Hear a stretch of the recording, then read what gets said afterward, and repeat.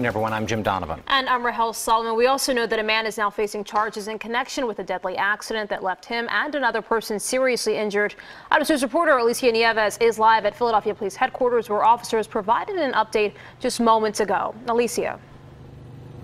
Well, Jim and Rahel, police just told us a few minutes ago in a news conference that a big focus on this investigation right now is to try and determine if one of the men found stabbed in one of the vehicles, if those wounds were self-inflicted, and if that resulted in this crash that did claim the lives of at least 3 people.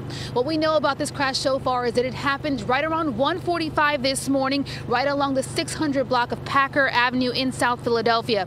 Now, police say the man found stabbed 15 to 20 times, although the number of wounds he had, was driving a white 2014 Audi. He has been identified as Keith Campbell, 29 years old. Now, witnesses say that Campbell was driving at a high rate of speed when he crossed over the double yellow lines and crashed into a 2015 Acura. 4 people were inside that Acura. 3 of them died. The 3 who were killed were just identified by police as 36-year-old Joseph Ferry, 35-year-old Kelly Wise, and 31-year-old Dennis Palandro. The one surviving victim in that vehicle was Mr. Palandro's 30-year-old wife. Now, again, police are still trying to determine what caused Keith Campbell, 29 years old, to hit the Acura head-on and how he ended up stabbed. A big focus in this investigation. Right now, they are executing a search warrant on his vehicle, and as you mentioned, he is already facing some charges.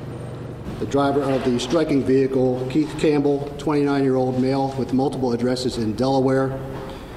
We're looking to charge Mr. Campbell with 4 counts of accidents involving death or serious bodily injury.